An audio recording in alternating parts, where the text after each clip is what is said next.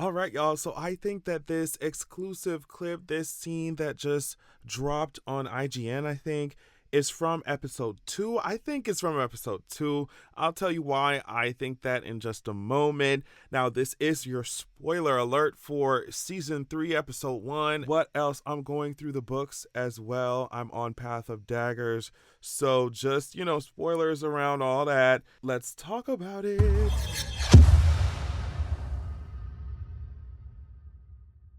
All right, y'all. So we start out this scene with Lan and Rand practicing their swords and stuff. Beautiful scenery. This is what happens when you try as much as you can to film on location instead of a warehouse with green screen in it. Marvel, yes, I am looking at you. You are getting all the lashings that you definitely require. So yeah, beautiful practicing swords. And you know what? I'm just so happy that they showed it so y'all can finally just relax. Oh my gosh, so many people were really mad that we're not spending 2 trillion minutes of the flimsy 8 episodes that we get every season watching Rand swing a piece of metal around, child. Like, I really don't I really don't care. But yeah, they're practicing, and then Lan leans up on Rand, like this girl leans up on him and says, "Wait." And I'm just like, it's this sultry whisper that Lan does, like, "Wait." To Rand, wait. I was like, oh my God, wait. I was like, oh my gosh, Lan, please don't lean up on me like this, because Nynaeve and I gonna have to end up scrapping. Like, we gonna have to end up fighting. And I really, really don't want to do my girl like that, but for you, I might. But for you, I might. No, but Lan is essentially saying, like, bro, what's up? Like, I can tell that something's on your mind. When I asked you to swing that metal bar, it looks like it's taking you a little longer than before. So to swing it up, and the sound effects ain't coming in at the right time. Lan is just like, girl, what's the tea?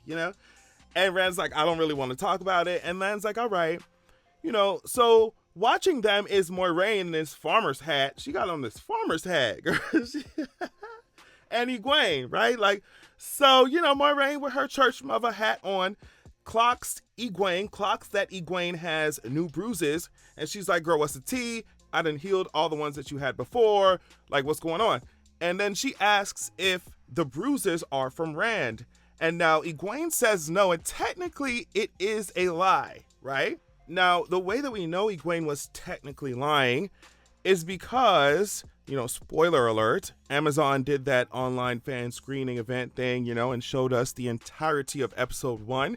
In episode 1, something happens. I won't explain everything, right? But something happens where multiple copies of Rand attacked Egwene in episode 1, and one of them choked her out, right? Or almost choked her out, and that's why that's where the bruise is coming from. And so, I think in the books, multiple copies of Rand did jump out the mirror like it did in episode 1. I don't think, Egwene wasn't there. I don't think it was attacking Egwene. I think he just had to fight them off himself, right? But I think in the context of the show, that entire scene where just chaos was erupting and the axe was flying around, it combined, I think, a lot of scenes in the books. And I think it really was effective in the show because it's like, girl, we have 8 episodes. And this scene needs to be effective to get people where they need to be. You know what I mean? Get characters where they need to be. And so I just really enjoyed the scene where this bruise, where Egwene got this bruise. I really enjoyed this scene in episode 1, especially when thinking about, how the scenes unfolded in the books. I thought it was a clever adaptation. Now, Egwene gets a little defensive at what Moiraine is saying, and she's just like, girl, I can see what you're trying to do.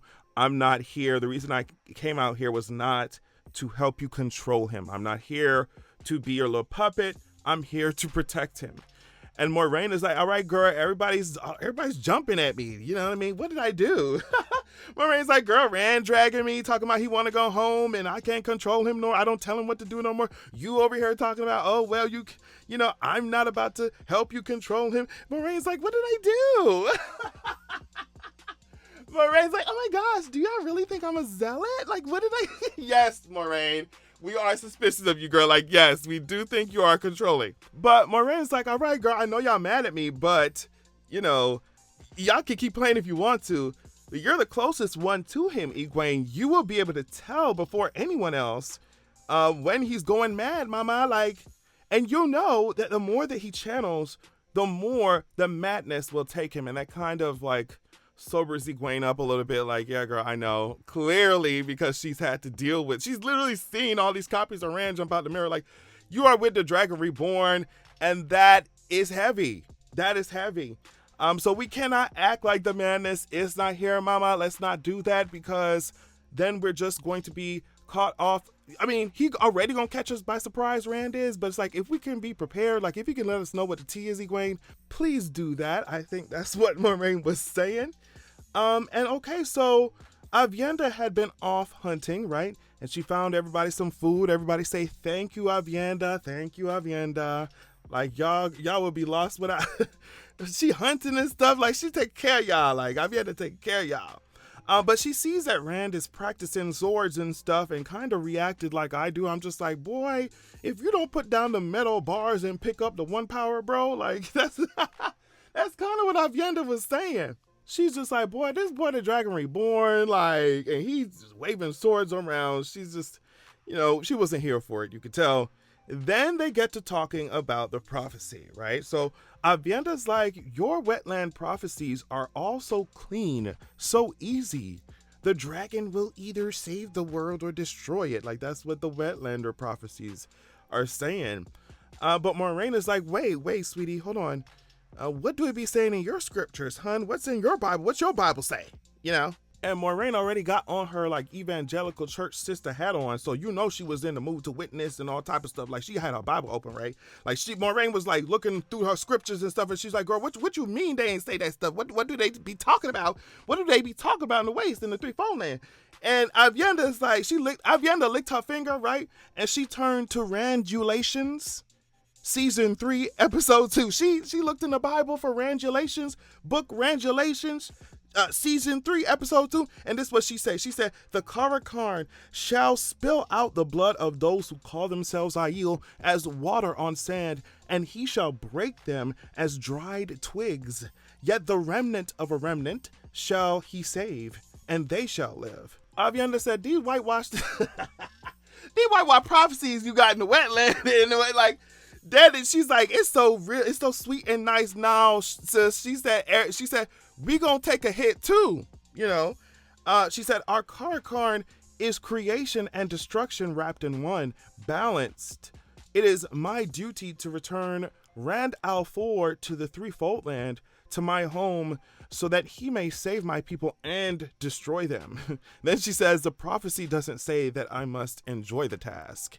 And so I really, really, really like this. Of course, I liked it in the book as well, because we get to see like how different peoples, different parts of the world see the Karakarn, their different kinds of prophecies, what the prophecies say, how different people interpret the prophecies. So I think this is going to be a fun factor, right, that we can have in the show, where it's like these different people from different cultures, communities are coming together, and here you are bringing your ideas, your preconceived notions about the dragon, even the one power, the prophecies, to your meeting with these other cultures, and they're just like, hey, that's not what we know, or hey, this is kind of how we interpreted it. And so of course it's going to inform the decision that these characters, these governments, right, make in the upcoming season, in the story as a whole.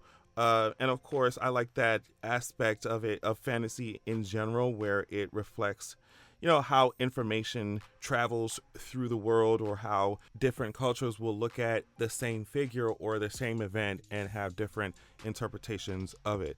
So I don't know, it's fun. And then so that brought me to thinking about my previous video, where I was like, why are people mad that Aviendha is trying to see if Rand measures up and see if he can really prove himself as a Dragon Reborn? Like, just because, spoiler alert, just because she might date him in the future or whatever, be with him in the future, doesn't mean that she's going to abandon all of the love and hope that she has for her people and just be like, well, whatever, if he says he's a Dragon Reborn, then whatever, it doesn't matter. Like, of course, if she's serious about this, then of course Rand is going to have to prove himself to her. You see what I'm saying? And it's not as simple as like, okay, well, whatever, he's going to save the world. like she's still doing this knowing that he will kill a lot of his people, but a lot of the Aiel. It's just, and she still considers it to be a very important, very like sacred mission. So I just love this. I love how they're not only like world building in the show, but like building up these characters, building up Aviendha, her ideals, her motivations and stuff like that. It's just, I love it. I love it. But yeah, y'all, tell me what you thought about this scene. I really liked it. I cannot wait for these 3 episodes to come out this weekend. I will be reviewing each and every one, so just bear with me. Stay tuned for all that. Thank you so much for watching. Love y'all so much, and I'll catch y'all later. Peace. Make sure that you're going to www.zeraxia.com. When you join the waitlist there on the site, you will be the first to be notified when I drop my sequel. Also, you'll immediately get chapter 1 of my upcoming sequel of the upcoming book sent to your email as a PDF. So check that out. Also, this is a different excerpt from my upcoming book, so you definitely want to pause to read if you're trying to get your life. Keep in mind that this upcoming book, the sequel, is following up the first book that is already released called Zeraxia, Wrath of the God King. I released it a few years ago. It was my introduction to writing fantasy and stuff, so just go easy on me. But either way, as you can see here, it's given 4.9 stars. It's given 4.9 stars. So yeah, check out Zeraxia, Wrath of the God King while you wait for Zeraxia, The Vengeance of Coldwind, right? And go to Zeraxia.com, sign up, join the waitlist, get your free chapter. Thank you so much.